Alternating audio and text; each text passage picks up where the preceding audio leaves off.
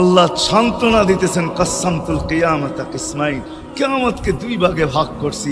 আমি জানি আপনি একাই চিৎকার দিবেন কিয়ামতের মাঠে, উম্মতি উম্মতি বইলা, আর কেউ উম্মতকে স্মরণ করবে না। নবীরা তো মাকেও স্মরণ করবে না, বোনকেও স্মরণ করবে না, সবাই নাফসি নাফসি বলবে। আপনি উম্মতি বইলা চিৎকার দিবেন। বিদায় কিয়ামত আপনার আর আমার মাঝে ভাগ, আর কারো মাঝে না। সালতো তা সাফি তো সাফা, ওই দিন আপনি চাইতে থাকবেন, আমি দিতে থাকবো। আপনি সুপারিশ করবেন, আমি মঞ্জুর করতে থাকবো।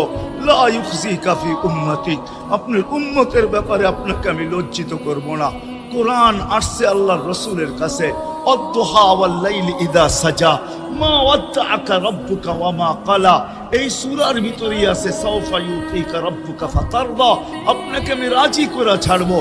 কোরআন যখন নাজেল হইতেন তো কি অবস্থা হইতো উলামারা জানে।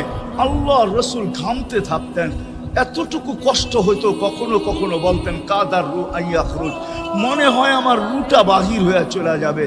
ওই কষ্টের ভিতরে জিবরিল যখন সাওফা ইউতিকা রাব্বুকা ফাতারদা পড়তেছিল, ওইখানেই থামায়া দিছে, জিবরিল থামো।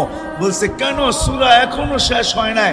বলছে থামো, আল্লাহ আমাকে রাজি করতে চাইতেছেন, আমি এই মুহূর্তেই আল্লাহর কাছে কিছু চাইতে চাইতেছি। বলছে তোমাকে সাক্ষী রেখা। বলছে কি চাবে?